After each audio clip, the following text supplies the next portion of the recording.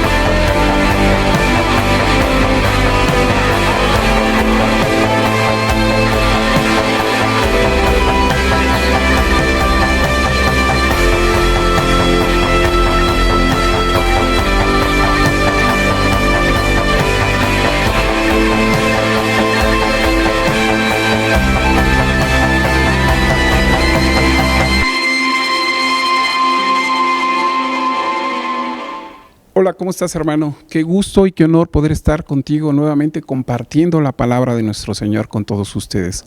Recuerda, el Señor tiene una gran bendición para ti y toda tu familia. Amén. Acompáñame a hacer una oración antes de comenzar. Cierra tus ojos. Vamos a darle gracias al Señor. Padre Celestial, te damos gracias, poderoso Rey. Gracias porque el día de hoy me despertaste, Padre, y me has dado la oportunidad de venir a tu casa, Señor. Hoy, Señor, en este inicio de semana, Padre, hemos puesto en nuestro corazón primeramente venirte a honrarte, a alabarte, Padre, y a escuchar tu palabra. Que la palabra que hoy me vas a mostrar, Señor, habite en mi corazón y en mi mente, Padre. Permíteme, Señor, poderla poner por obra en mi vida y también mostrársela a otras personas. Permíteme traer luz a otras personas con tus enseñanzas, porque tú en todo momento nos ayudas a crecer y a ser mejores seres humanos. Y nuestra intención es parecernos más a ti. Te lo pedimos en el nombre poderoso de tu Hijo amado, de nuestro Señor Jesucristo. Amén y amén. Bueno, hermanos, vamos a comenzar. Yo titulé esta prédica con el nombre de La fe de uno hace la diferencia. ¿Y qué es la fe? Dice la palabra, la certeza de lo que se espera, la convicción de lo que no se ve. La certeza de algo que esperamos que suceda en nuestras vidas. Y esa fe tuya o de cada uno de nosotros puede hacer la diferencia en nuestras vidas.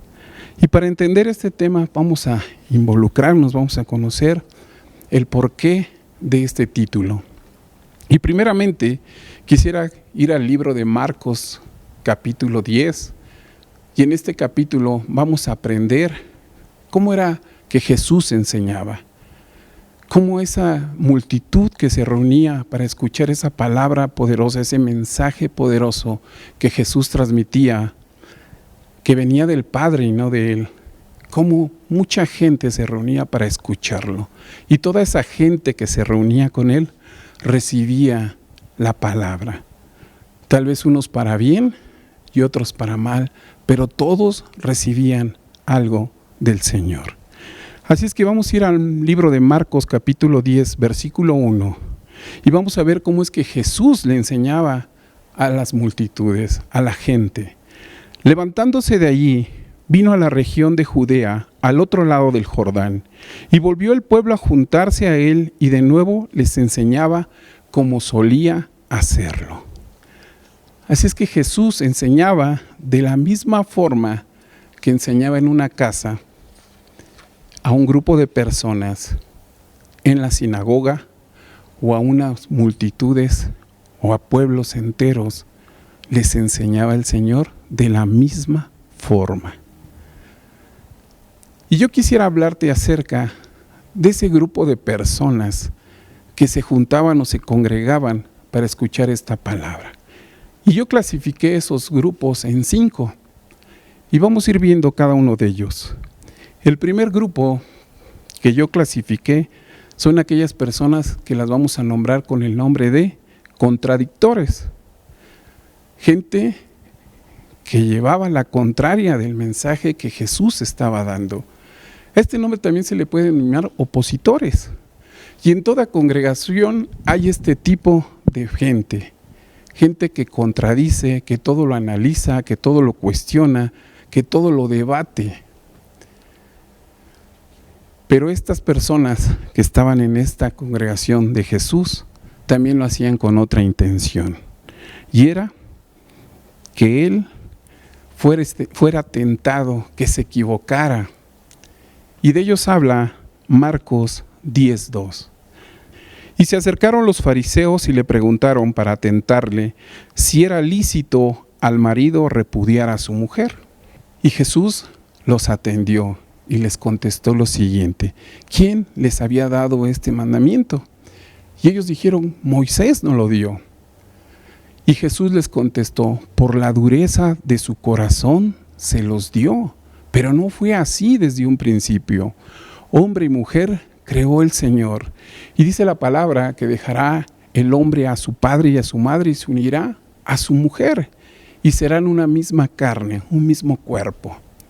Y de esta forma Jesús atendía a este tipo de personas que quería tentarle, que quería interrumpirlo, porque ellos se paraban al frente. Yo me imagino cuando estas personas se paraban delante de todos queriendo sobresalir, y cuando dijeron que era necesario, que si era lícito darle carta de divorcio a la mujer, yo creo que muchos paraban la oreja.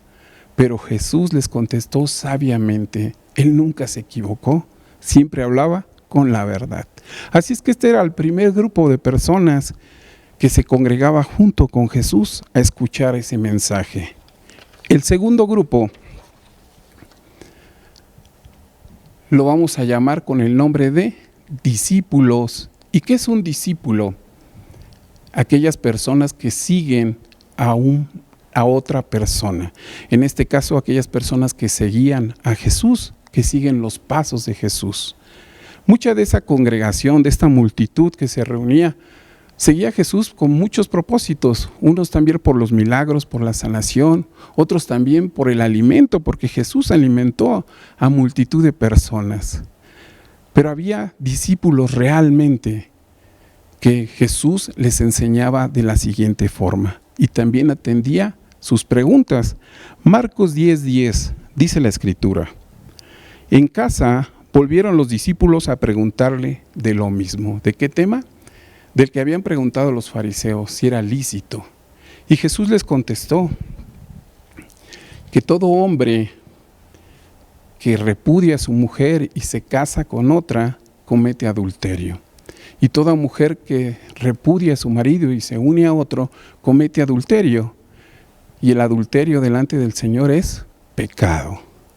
Entonces Jesús atendía también a sus discípulos, pero no los hacía como los fariseos delante de todas las personas. No, los llevaba a un lugar, en este caso menciona que su casa, y allí platicaban y aclaraba cualquier tipo de dudas, cualquier cuestionamiento.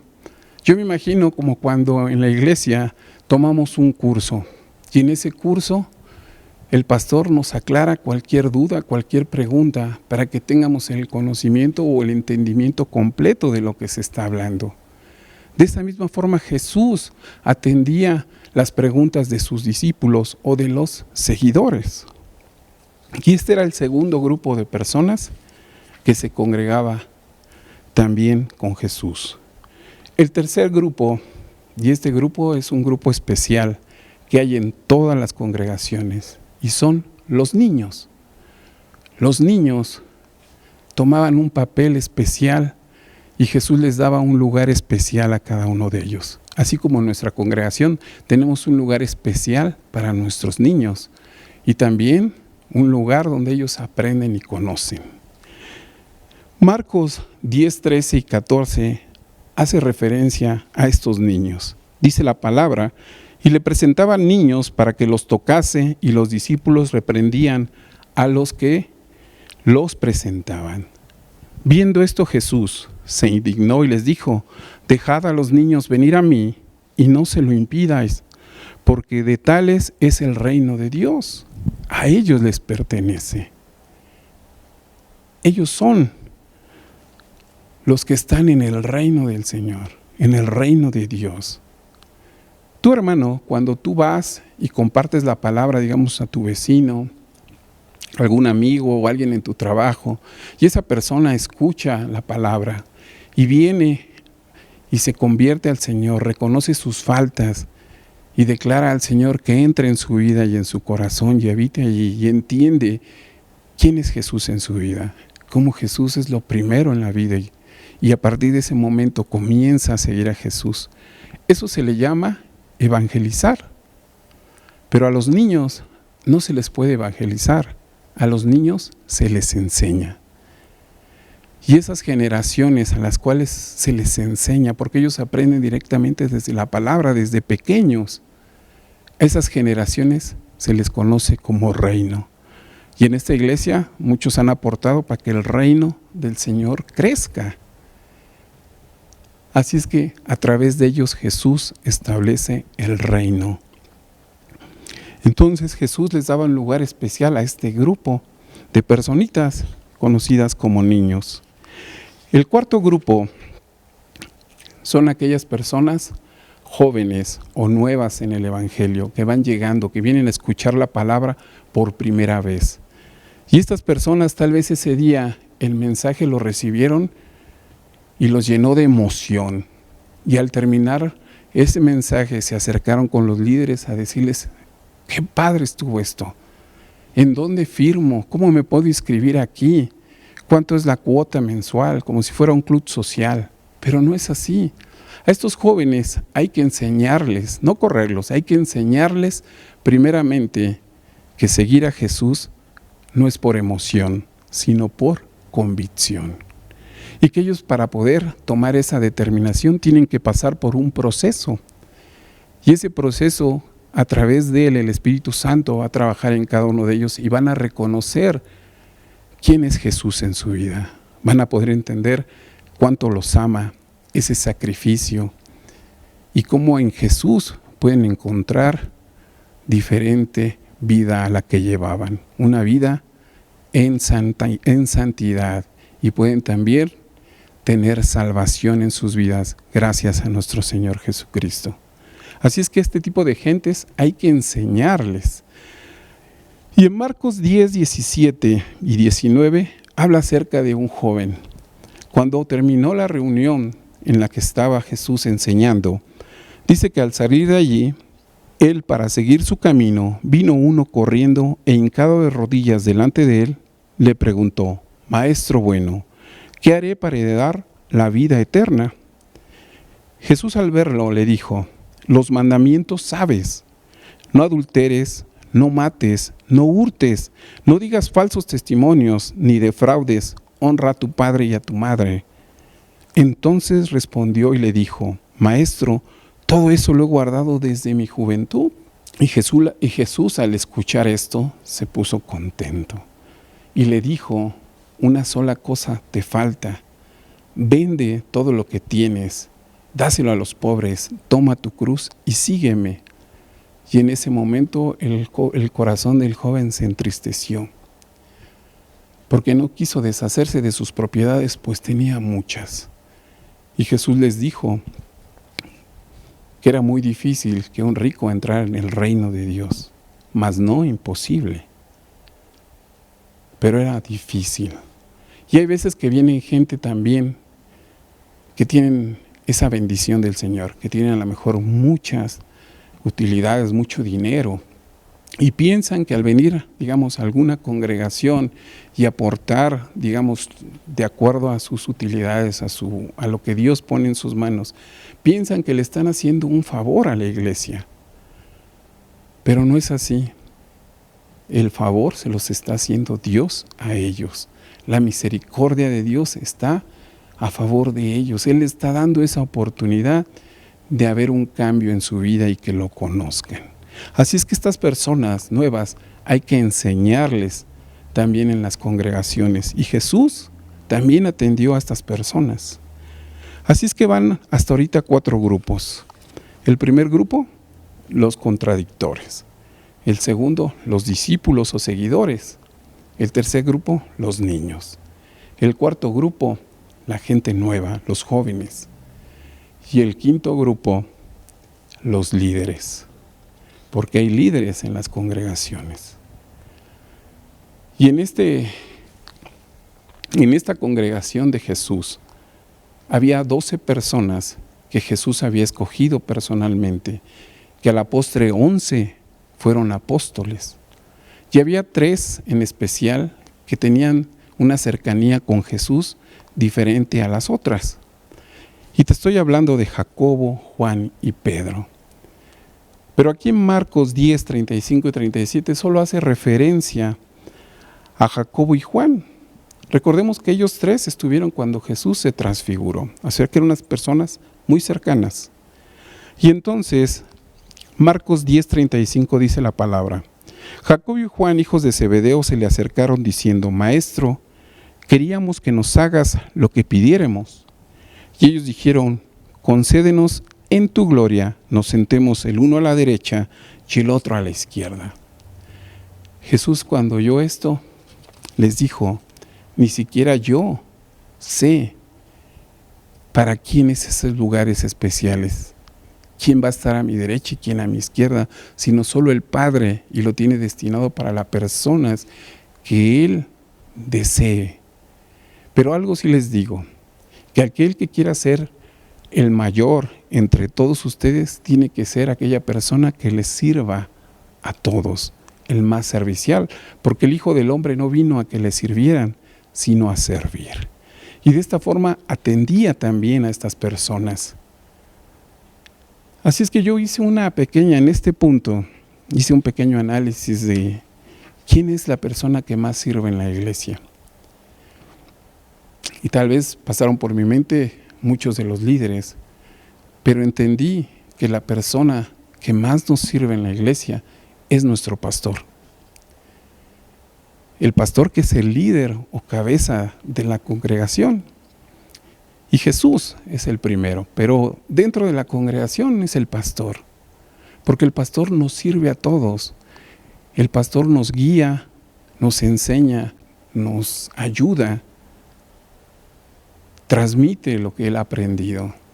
Así es que él es la persona más servicial en una congregación. Y hice esta referencia porque Jesús también hacía lo mismo. Jesús era el que más servía a toda esa multitud de personas. Así es que estos grupos de personas eran los que se congregaban para escuchar el mensaje poderoso que Jesús daba. Y como te decía al principio, todos y cada uno de ellos recibía esa palabra, recibía algo para su vida que se llevaba. Como te decía, tal vez para bien o tal vez para mal. Pero hubo algunas personas entre esas multitudes que habían puesto el enfoque en Jesús. A ellos no les importaba la multitud de personas que estaba a su alrededor. A ellos lo que les importaba era que Jesús estaba allí y que Jesús podía hacer algo en su vida. Y quiero compartirte estas historias que están ahí. Una está en Marcos 10, del 46 al 52. Y dice la palabra: Entonces vinieron a Jericó, y al salir de Jericó, él y sus discípulos, y una gran multitud. Se encontraba Bartimeo el ciego, hijo de Timeo, sentado junto al camino mendigando. Y oyendo que era Jesús Nazareno, comenzó a dar voces y a decir: Jesús, hijo de David, ten misericordia de mí. Y muchos le reprendían para que callase, pero él clamaba mucho más: Hijo de David, ten misericordia de mí. Entonces Jesús, deteniéndose, mandando a llamarle, y le llamaron al ciego diciéndole: ten confianza, levántate, te llama. Respondiendo Jesús le dijo: ¿qué quieres que te haga? Y el ciego le dijo: Maestro, que recobre la vista. Y Jesús le dijo: vete, tu fe te ha salvado. Y enseguida recobró la vista y seguía a Jesús por el camino. Yo creo que si este hombre llamado Bartimeo no hubiera alzado la voz, yo creo que Jesús, a lo mejor entre la multitud que iba rodeándolo, tal vez hubiera pasado de largo y no lo hubiera volteado a ver. Tal vez no era su intención de Jesús hacer un milagro con este ciego. Pero a él no le importó la multitud. Yo creo que él ya anteriormente había escuchado la voz de Jesús, porque lo único que él hacía era escuchar, y reconoció la voz de Jesús que venía por el camino. Y hizo, por fe, algo diferente. Comenzó a clamarle al Señor. Él sabía que Jesús podía traer un cambio a su vida. E hizo que Jesús volteara a ver su vida y tuviera misericordia de él. Y a través de eso que él hizo, encontró el favor de Dios a su vida. Algo diferente a las demás personas. Otra historia que habla algo parecido está en Lucas 19 del 1 al 10. Habiendo entrado Jesús en Jericó, iba pasando por la ciudad y sucedió que un varón llamado Zaqueo, que era jefe de los publicanos y rico, procuraba ver quién era Jesús, pero no podía a causa de la multitud, pues era pequeño de estatura. Y corriendo delante, subió a un árbol sicomoro para verle, porque había de pasar por allí. ¿Qué hizo esta persona en ese momento? No le importó sus limitaciones. No le importó que Jesús venía rodeado otra vez de mucha gente. Yo creo que él, por más que se asomaba, no lo podía ver. Pero en ese momento tomó una determinación en su vida y una decisión por fe, porque él quería ver a Jesús. Dice que corrió rápidamente y subió a un árbol para poder ver a Jesús cuando pasaba. Pero Jesús, cuando llegó a ese lugar, vamos a continuar en el 5, dice, cuando llegó Jesús a aquel lugar, mirando hacia arriba, lo vio y le dijo: Zaqueo, date prisa, desciende, porque hoy es necesario que pose yo en tu casa. Entonces descendió a prisa y le recibió gozoso. Cuando Jesús volteó a ver a esta persona, cuando Jesús expresó eso a este hombre llamado Zaqueo, él se alegró y lo recibió gozoso. Cuando Jesús te habla, tú también tienes que estar gozoso de que el Señor está hablando a tu vida. Entonces Zaqueo, puesto de pie, dijo al Señor: He aquí, Señor, la mitad de mis bienes doy a los pobres, y si en algo he defraudado a alguno, se lo devuelvo cuadriplicado. ¿Qué estaba haciendo Zaqueo en ese momento?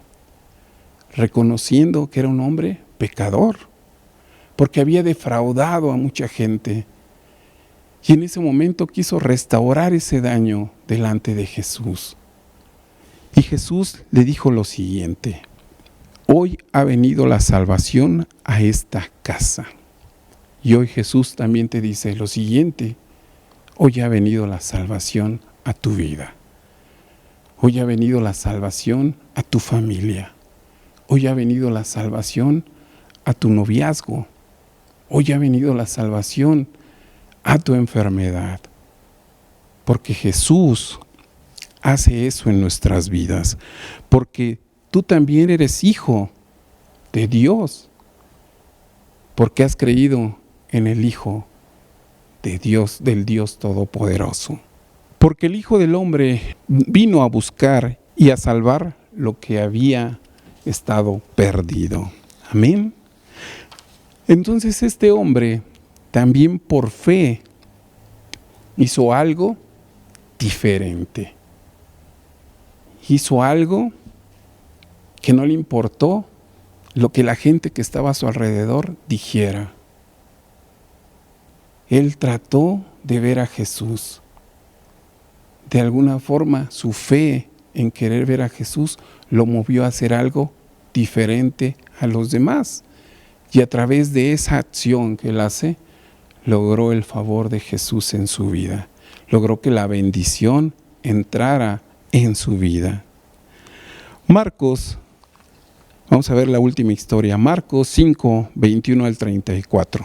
Pasando otra vez Jesús en una barca a la otra orilla, se reunió alrededor de una gran multitud.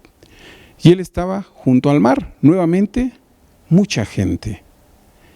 Y vino uno de los principales de la sinagoga llamado Jairo, y luego que le vio, se postró a sus pies y le rogaba mucho diciendo: mi hija está agonizando, ven y pon tus manos sobre ella para que sea salva y vivirá. Esta persona llamada Jairo también tenía una fe muy grande y también se había movido para encontrar el favor de Jesús para su hija. Pero esta es historia de otra predicación, porque nos vamos a enfocar en lo que pasó después. Fue pues con él y le seguía una gran multitud. Otra vez mucha gente iba acompañando a Jesús y le apretaban. Yo me imagino que así como cuando vas en el metro a hora pico, que todo el mundo te va apretando, así iba Jesús apretado entre todas esas personas. Pero una mujer que desde hacía 12 años padecía de flujo de sangre y había sufrido mucho de muchos médicos, y gastando todo lo que tenía no había aprovechado, antes le iba peor. Cuando oyó hablar de Jesús, vino por detrás entre la multitud y tocó su manto, porque ella decía: si tocare tan solo su manto. Yo me imagino a esta mujer que ella no le importó aventar personas. Tal vez entre los aventones alguien la lastimaron, pero a ella no le importaba en ese momento. Ella había puesto su mirada en querer tocar a Jesús y lo logró,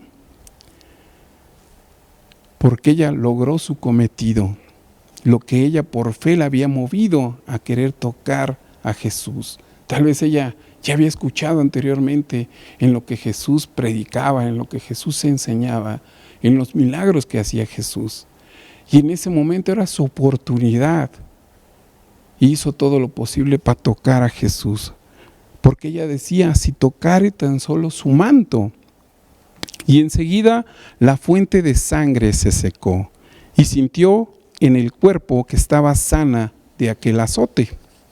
Luego Jesús, conociendo en sí mismo el poder que había salido de él, volviéndose a la multitud, dijo: ¿quién ha tocado mis vestidos? Sus discípulos le dijeron: ves que la multitud te aprieta y dices: ¿quién te ha tocado? Pero él miraba alrededor para ver quién había hecho esto.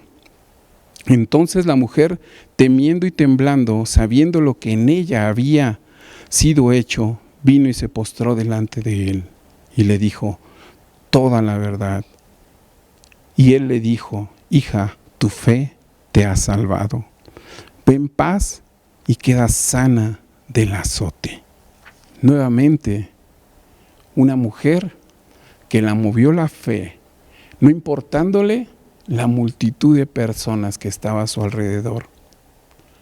Ella, su corazón la movía a querer tocar a Jesús, porque ella sabía por fe que si lo tocaba, ella iba a ser sana. Así es que esta mujer lo que hizo fue robarle un milagro a Jesús, porque Jesús, su intención no era sanar a esa mujer.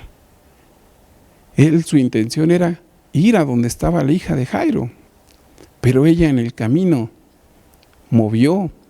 la movió la fe y logró su cometido y encontró el favor de Jesús en su vida.